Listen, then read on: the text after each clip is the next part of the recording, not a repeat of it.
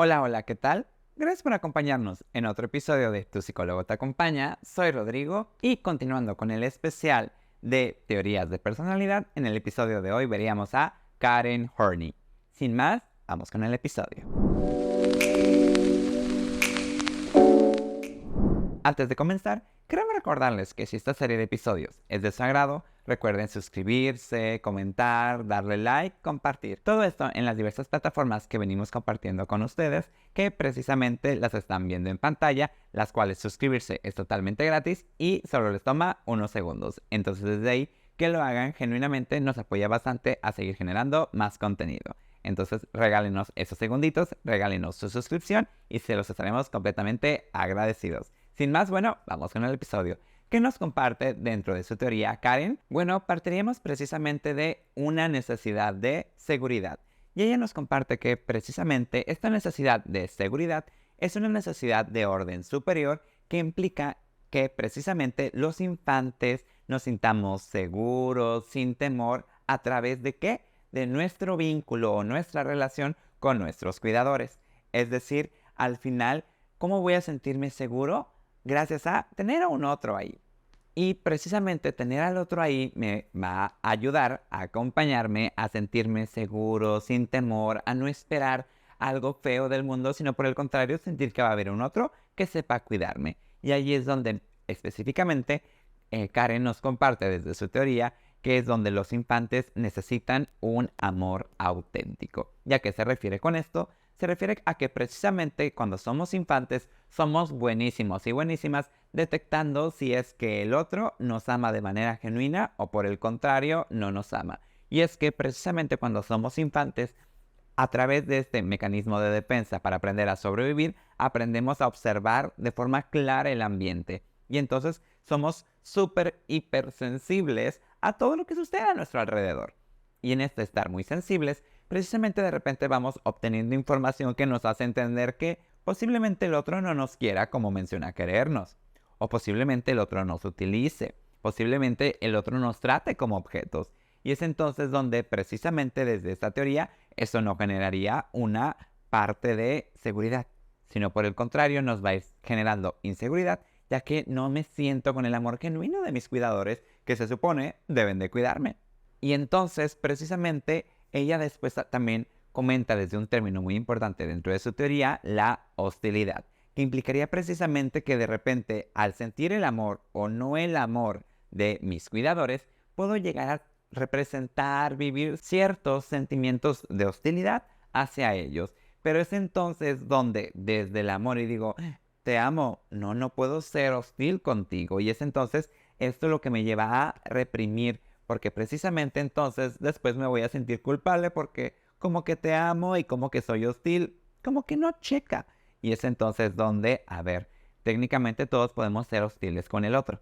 Pero es entonces donde nuestra capacidad de amarle también implica que sepamos cuidarle. Y entonces, porque te amo, soy menos hostil contigo. Y precisamente desde ahí, y si lo vamos cruzando un poco con otras teorías, por ejemplo, lo que veíamos en el episodio anterior con Adler, ¿qué nos comparte ella? Nos habla de la indefensión infantil, que recordemos tiene que ver un tanto con este sentimiento de inferioridad desde la teoría de Adler, pero acá Karen nos diría, no todos los infantes se sienten directamente en la indefensión infantil. No todos sienten el sentimiento de inferioridad. Karen nos diría, si se va sintiendo, posiblemente desde ahí haya neurosis. ¿Por qué? Porque no todos tenemos que sentirnos desvalidos. No es algo natural dentro de la naturaleza humana, como contrario a lo que nos diría Adler. Adler nos diría, sí, sí lo es. Horney nos diría, no lo es tanto. Y si sucede, eso es más de neurosis. Que al final del día, recordemos, los teóricos, claro que van opinando desde puntos o perspectivas diferentes. Y entonces eso nos lleva a precisamente poder ver desde otras perspectivas, otras vivencias, vivencias que a lo mejor desde un teórico no nos checan muy bien. Porque entonces, precisamente si seguimos desarrollando este concepto de indefensión infantil, nos lleva al ¿para qué cuido a los infantes? ¿Cómo es este cuidar por parte de los cuidadores? ¿Cuido al que más me necesita o me necesita al que más cuido? Porque entonces a ver qué pasa. Recuerdo que decía de repente una estudiante cuando compartíamos eso en el aula, ay maestro, es que A veces me pregunto eso, no sé si mis padres cuidaron al hermano más, y utilizo una palabra muy específica, menos afortunado, por decirlo de alguna forma menos despectiva aquí, o es el menos afortunado porque lo cuidan. Y va junto con pegado, diríamos aquí en México, porque precisamente una forma de control de los cuidadores hacia los infantes es inutilizándoles. Porque entonces, inútil, no te vas. Inútil, te quedas a mi lado. Porque entonces, si yo controlo todo lo que haces en tu vida, entonces también voy a controlar si te vas o no de la mía. Y claro que muchos cuidadores no desean vivirse en soledad, en solitud. Por el contrario, prefieren decir, mejor te quiero aquí, enganchado a mí. Y es ahí donde la conveniencia de tener a veces un hijo adicto es que el adicto no te abandona. Cosa un poquito patológica, ya lo sabemos, pero a veces es una verdad también incómoda, que algunos cuidadores muy patológicos enferman a los infantes para que precisamente el infante no se vaya. Cosa curiosa. Pero es entonces donde obviamente el infante, al estar notando esto, genera un sentimiento de hostilidad. Y es entonces donde, a ver, el infante siente este sentimiento de hostilidad porque le están agrediendo. Entonces naturalmente se enoja y quiere agredir. La cuestión es, aquí partiríamos desde, a ver, no, el infante no puede ser agresivo con sus cuidadores. ¿Por qué? Porque si es agresivo con los cuidadores, después ¿quién le va a cuidar? Y es entonces donde reprime todo esto y empieza a vivirse desde otras perspectivas. Y aquí encontraremos situaciones muy interesantes, sobre todo, por ejemplo, con adolescentes. Y comúnmente encontramos aquí situaciones un tanto depresivas, situaciones un tanto del pensamiento para desvivirse, conflictos en la piel o en la parte cutánea, que precisamente lleva a, bueno, ¿qué va pasando ahí? A veces el cuerpo somatiza lo que la mente no expresa.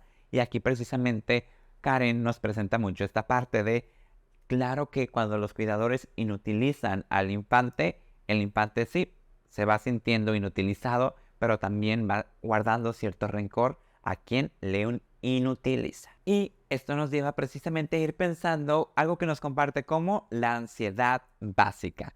Karen nos diría, la ansiedad básica es la que nos lleva hacia la neurosis, porque entonces es una sensación generalizada en donde nos sentimos solos, solas, desvalidos, impotentes, con la incapacidad de afrontar las cosas de la vida. Y aquí hay una cita que me gustaría leerla tal cual para no mentirles, y dice: nos sentimos pequeños, insignificantes, desvalidos, abandonados y expuestos en un mundo que trata de abusar de nosotros, de engañarnos, atacarnos, humillarnos y traicionarnos.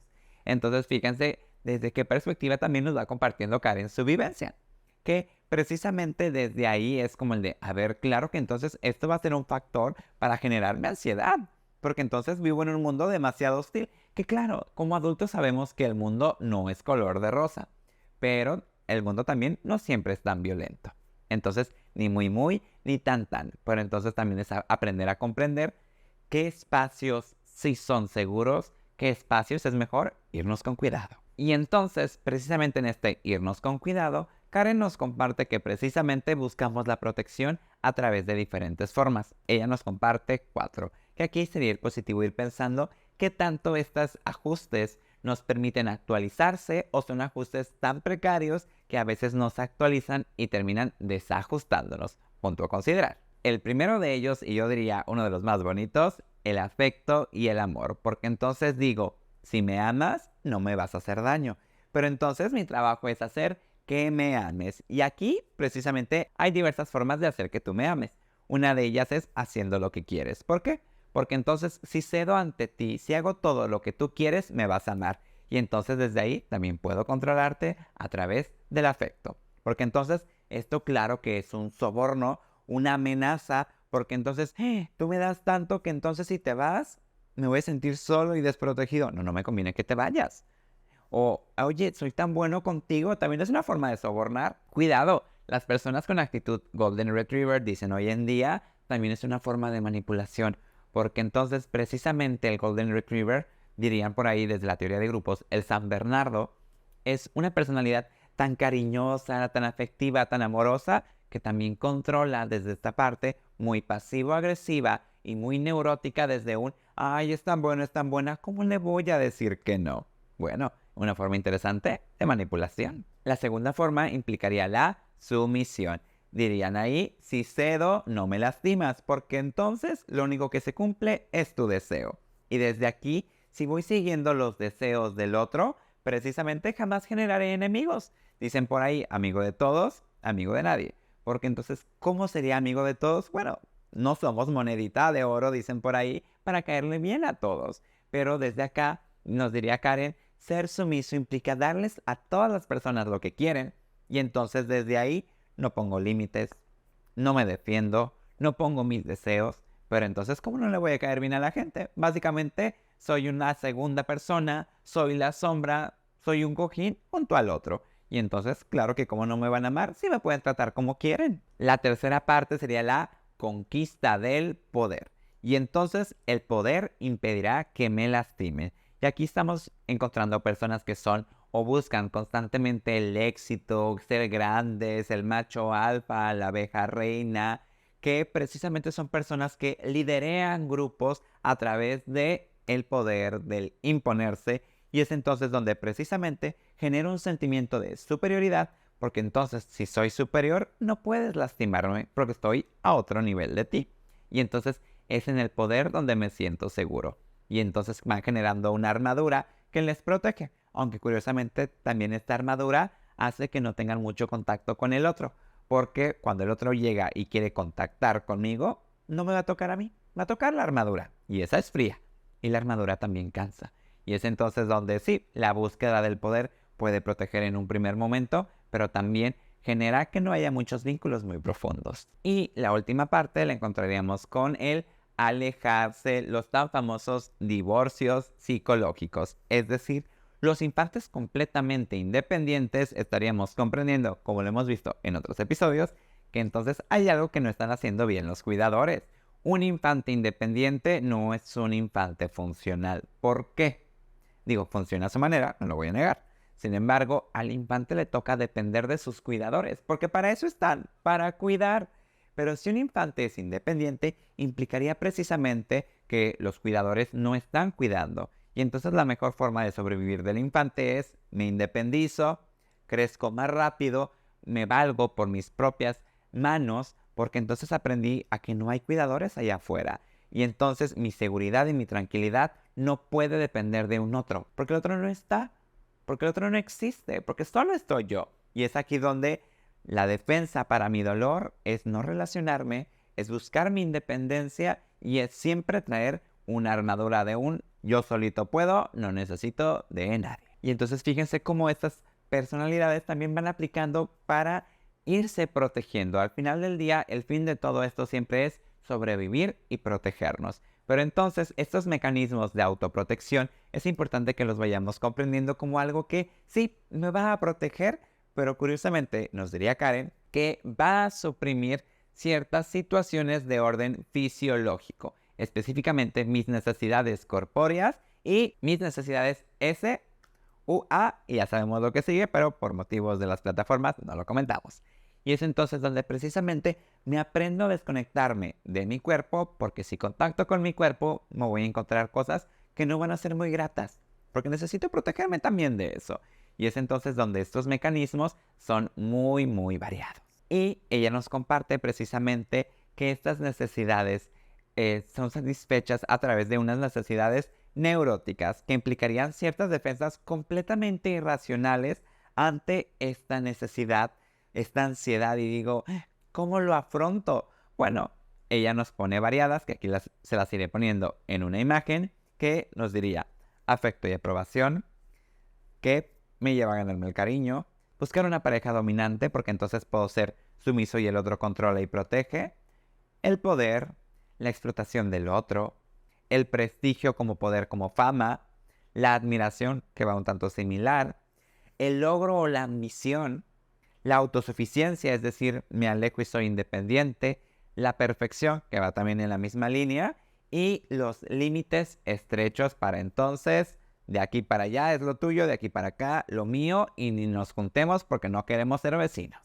Y entonces desde ahí, estas necesidades neuróticas van buscando protegernos. Pero fíjense, curiosamente pone esta palabra, necesidades neuróticas. Es importante comprender que no todas las necesidades son neuróticas. Realmente las necesidades son sanas, son funcionales. Porque entonces precisamente desde ahí, a ver, yo necesito agua. Esto no puede ser neurótico. Sin embargo, si en mi búsqueda de tomar agua me pongo muy intenso, muy compulsivo y solo encuentro formas muy específicas de satisfacerla, posiblemente ya sea una necesidad neurótica. Básicamente le diríamos capricho. Ejemplo, el agua. Todos necesitamos tomar líquidos. Pero entonces si alguien se está muriendo de calor y dice, yo no tomo agua, yo solo Coca-Cola, seguramente desde ahí, a ver, eso no es una necesidad. Eso es un capricho. La necesidad es un líquido que sacia nuestra sed. Y esto puede ser el agua natural, aunque no tenga sabor. Pero si digo, no, solo Coca-Cola y solo Coca-Cola y solo Coca-Cola, a ver, mi búsqueda ya se vuelve intensa, se vuelve necia, se vuelve compulsiva. Y es ahí donde diríamos necesidad neurótica. Y entonces todas estas necesidades, claro que van a ir desembocando en cierto tipo de neurosis, que ella nos comparte 3 tipos de personalidades. Igual aquí se las voy a ir dejando en un cuadro para que precisamente vean los tipos de personalidades que nos diría. Porque tendríamos la personalidad complaciente, agresiva y desapegada, que enseguida también veremos cuáles son o qué implica cada una. La primera de ellas sería la personalidad complaciente, que precisamente es la que está en la búsqueda del afecto y de la aprobación, porque entonces tiene una necesidad específica de ser amado, deseado, protegido, cuidado. Y entonces usualmente buscan personalidades dominantes con quienes se relacionan en relaciones más amorosas para que precisamente se hagan cargo de su vida. Les protejan, les cuiden, les guíen, les digan qué hacer. Porque entonces te complazco con la expectativa de que tú me guíes y me digas cuál es el norte para mi vida. Entonces básicamente podríamos decir, son personas manipuladoras a través del cariño, consideración, comprensión y amabilidad. Porque entonces les decía, el Golden Retriever, el San Bernardo, también manipula, pero con cariño. Entonces cuidado, no todo lo que brilla es oro. Precisamente estas personas son famosas por ser conciliadoras. Son personas que siempre ponen el deseo del otro antes que el propio. Y entonces son famosas por no saber decir que no. Porque precisamente ese decir sí que les da la fama, el bienestar, el control. Porque entonces, por ejemplo, son personas que a través de sus relaciones pueden decir, es que todo el grupito se peleó, pero todos le hablan a la misma persona. Claro, la persona conciliadora, ¿cómo no va a mantener el poder? Si al final del día es tan bueno, es tan buena, que gana el poder de todas las personas precisamente porque cae bien. Y entonces desde el caer bien también puede manipular. Y entonces desde ahí, sí, va a hacer lo que otros quieran con tal de que otros sientan lo que él quiere que sientan por su persona. Y entonces desde ahí, usualmente siempre son alegres. Pero también van a vivir una característica muy específica donde se van a vivir indefensos, débiles, podríamos decir en algún sentido víctimas. Porque entonces la ventaja de ser víctima es que también otras personas les cuiden. Y precisamente dice una frase de Karen, soy tan débil y desvalido que necesito que me protejas y me quieras. Porque entonces no puedo, estoy chiquito, dicen por ahí. Y es precisamente donde, a ver, te complazco, pero también compláceme a mí con afecto. Y en este compláceme a mí, también lo necesito de ti. Porque entonces se viven tan desvalidos, desvalidas, que consideran que es el otro quien es superior. Las demás personas son superiores, yo me considero inferior y entonces desde ahí yo no soy competente. Cuando curiosamente estas personas tienen muchas características para sobresalir, pero en algún sentido no sobresalen precisamente no porque no tengan las herramientas, sino es porque a veces no se creen lo suficiente y suelen ser muy dependientes de la persona que les guía, que les da autoridad, que dicen, haz esto, porque entonces, a ver, necesito de un otro, porque no tolero la independencia, no tolero el estarme en solitud. ¿Por qué? Porque me voy a vivir rechazado o rechazada. Esas personas en alguna medida fueron rechazados en su primer momento y entonces después aprenden a ser complacientes, porque complaciendo no les rechazan. Por entonces eso genera una dependencia donde puede surgir cierto tipo de transgresión, violencia o no consideración en sus relaciones. Y entonces desde ahí suelen vivir ciertos sentimientos donde también sienten que a veces el otro abusa, cuando no se dan cuenta que también generan que el otro abuse. Porque, a ver, nunca dijiste que no, pues entonces siempre fue un sí. Entonces el sí lo tenía el otro. Y entonces el otro hizo lo que quiso con lo que tenía. Pero también le dieron el sí a todo. Entonces, técnicamente no son víctimas.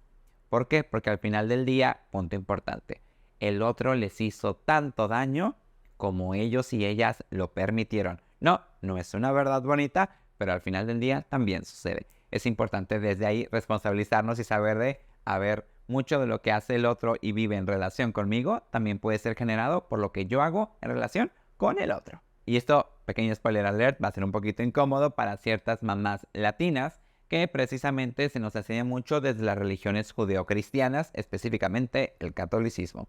Ejemplo de ello sería que este concepto, esta idea de la madre abnegada, de la madre que se desvive por entregarle todo a los hijos, sí, pero luego esa madre que se desvive por los hijos también cobra eso con intereses. Y entonces, yo te cuidé toda mi vida, ¿cómo que tú no me vas a cuidar?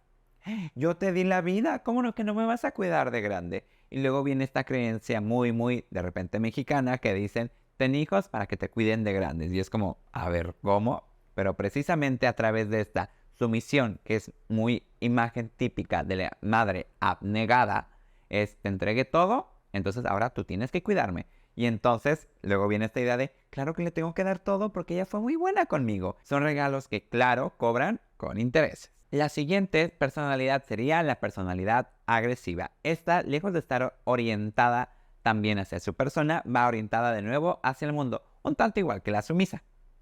La diferencia aquí es que estas personas son hostiles para buscar sobrevivir. Es decir, al final del día, si el mundo es hostil, soy hostil para sobrevivir en él. Pero entonces precisamente van buscando con deseo la supremacía, la fuerza, la agresividad, porque eso me permite defenderme e imponerme.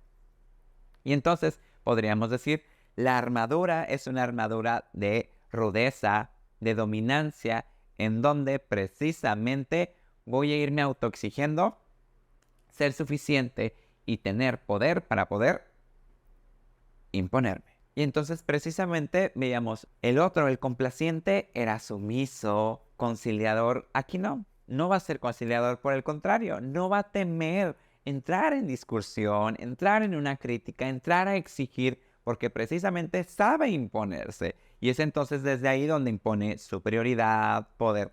Porque entonces precisamente estas personas suelen ser muy exitosas en áreas laborales y sociales porque precisamente van por lo que desean. Y entonces podríamos decir que son los macho alfa, las abejas reinas, porque precisamente salen a relucir porque buscan eso, porque se mueven desde ahí. Pero curiosamente, tras bambalinas, encontraremos una necesidad de seguridad, de ansiedad, un miedo a sentirse heridos o heridas. Y entonces precisamente, antes de que me hieran, hiero.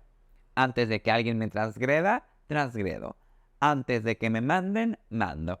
Y curiosamente aquí podríamos ver que estas dos tipos de personalidades, tanto la complaciente como la agresiva, harán muy buen match. Porque entonces, recuerdo un meme que decía, toda relación está basada en alguien que le da pena pedir o decir al mesero que se equivocó de orden y que la otra persona entra, quite y te equivocaste, te los dijo sin salsa, ¿no?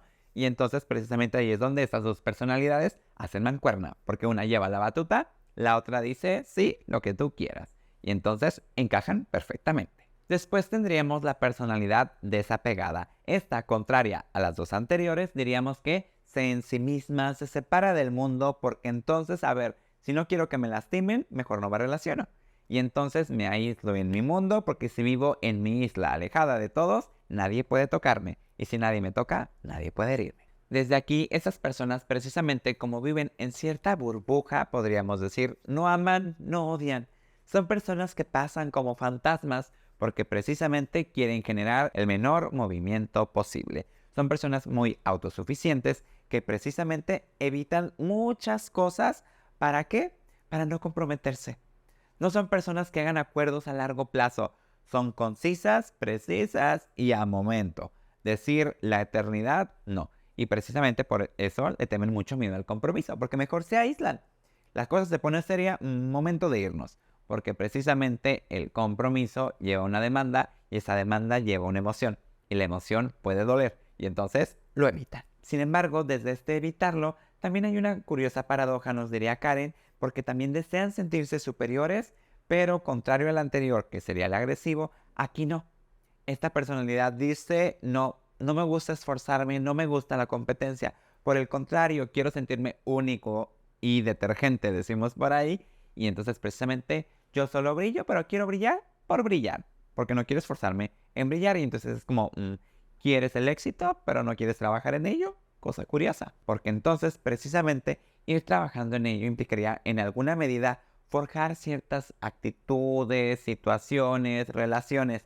Y ellos no toleran nada de eso, porque precisamente dedicarse a algo demanda tanto de su tiempo que demandaría un compromiso. Y recordemos, no les gusta el compromiso.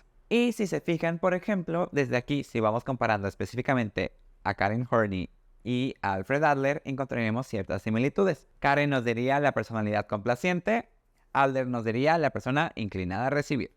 Karen nos diría la personalidad agresiva, Adler la persona dominante y autoritaria. Horney nos diría la persona desapegada, Adler nos diría la persona evasiva. Entonces, si se fijan en algún sentido, estos dos autores coinciden mucho en ciertas situaciones, en otras son muy diferentes, pero en alguna medida se van complementando. Es importante comprender que a lo mejor decimos, tengo un poquito de las tres que nos menciona Karen. Karen nos diría específicamente, sí, las tres se pueden presentar en un mismo individuo, no van peleadas. La única diferencia es que una es la que domina más. Es decir, una se presenta por mucho más tiempo, por muchas más situaciones o por más formas de pensar, actuar, sentir, vivirme. Y es entonces donde es esa la que se presenta más, la que va a determinar todo lo demás. Entonces podríamos decir, tengo una que domina, dos que son accesorios que la complementan. Pero entonces podríamos decir, a ver, pero una choca un poquito con otra. Sí. Y Karen nos diría, y esto puede llevarnos a conflictos internos, porque entonces, a ver, siento esto, pienso esto otro, hice esto otro.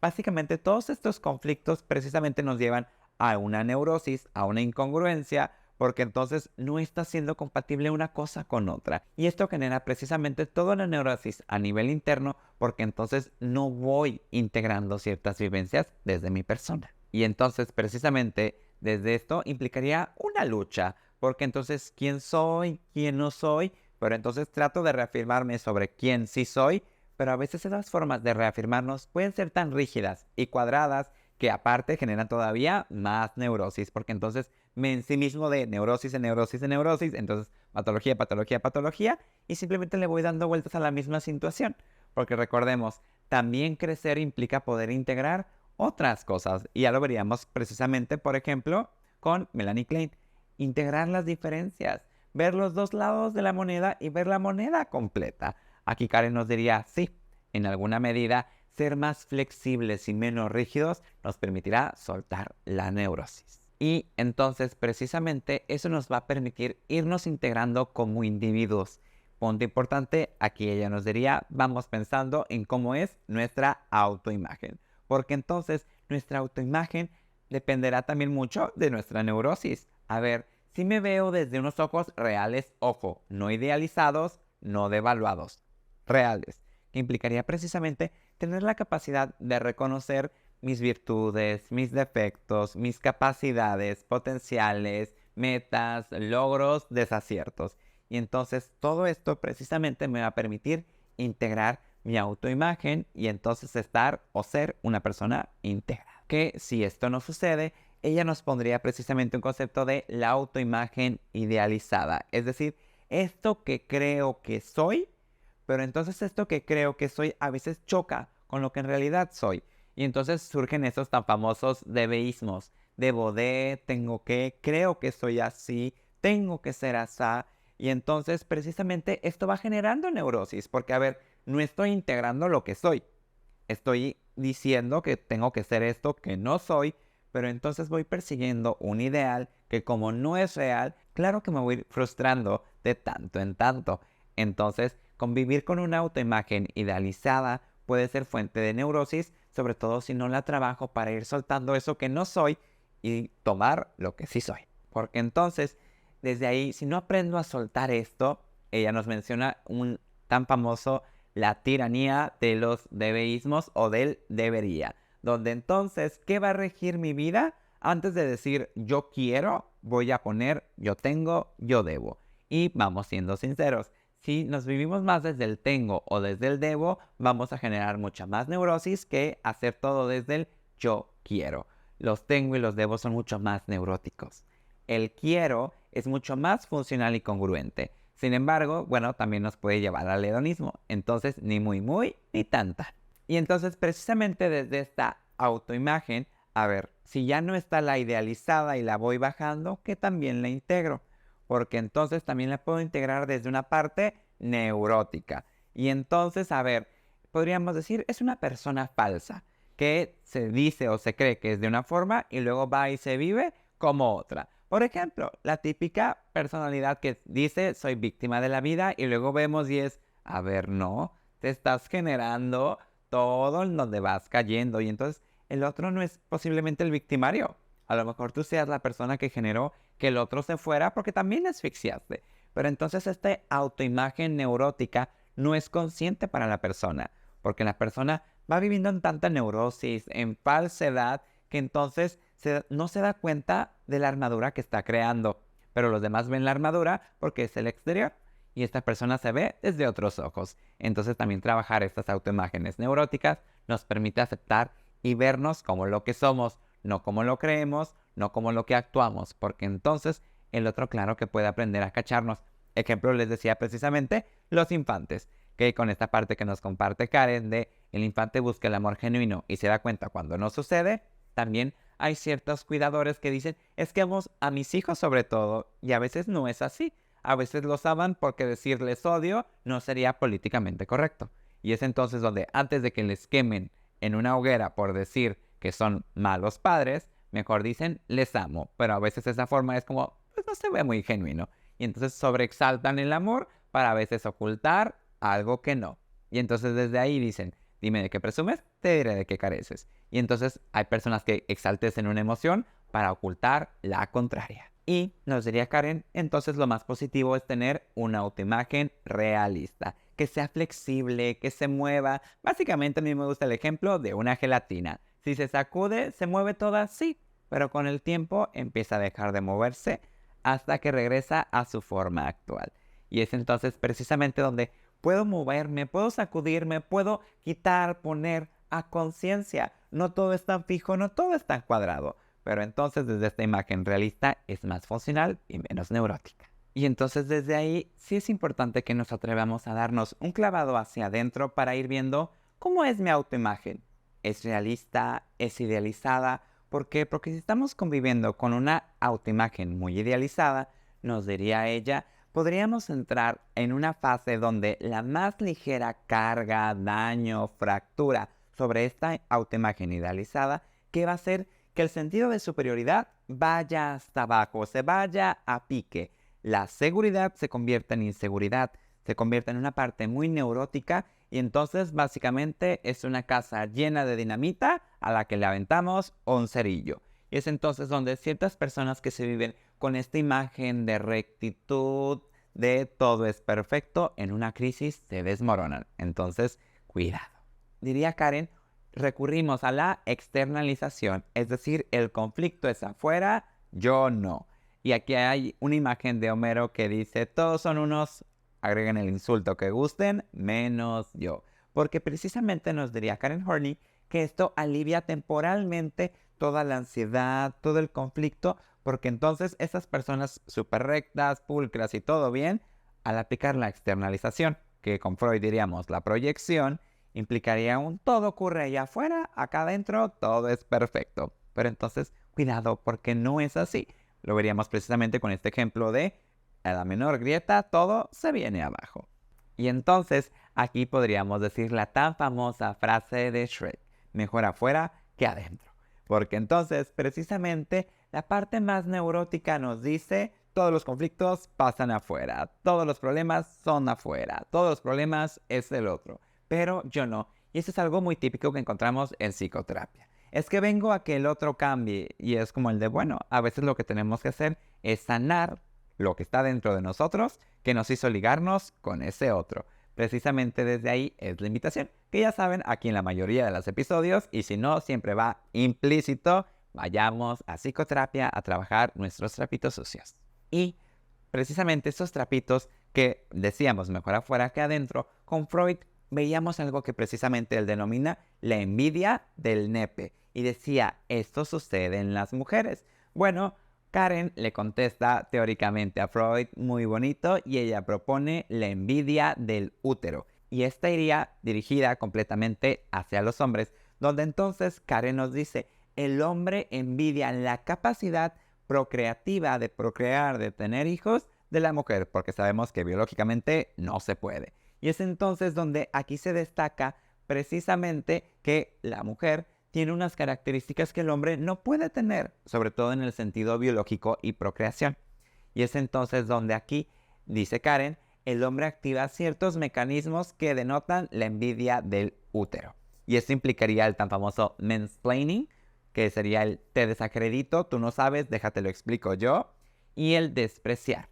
Porque entonces, si yo te voy despreciando y menospreciando, precisamente Karen nos diría, el machismo va como una necesidad de encubrir tu inferioridad. Porque entonces tú te sientes inferior a mí y entonces por eso me haces menos. Y entonces curiosamente esto lo encontramos en muchas vivencias muy machistas de te hago menos porque en realidad me siento menos yo ante ti. O al menos esto nos diría Karen desde su teoría. Y entonces, precisamente Karen, desarrollando este concepto, nos diría, los hombres conservamos nuestra supuesta superioridad a través de ¿qué? Negar derechos, reduciendo privilegios, menospreciando los aportes femeninos, minimizando los logros del otro.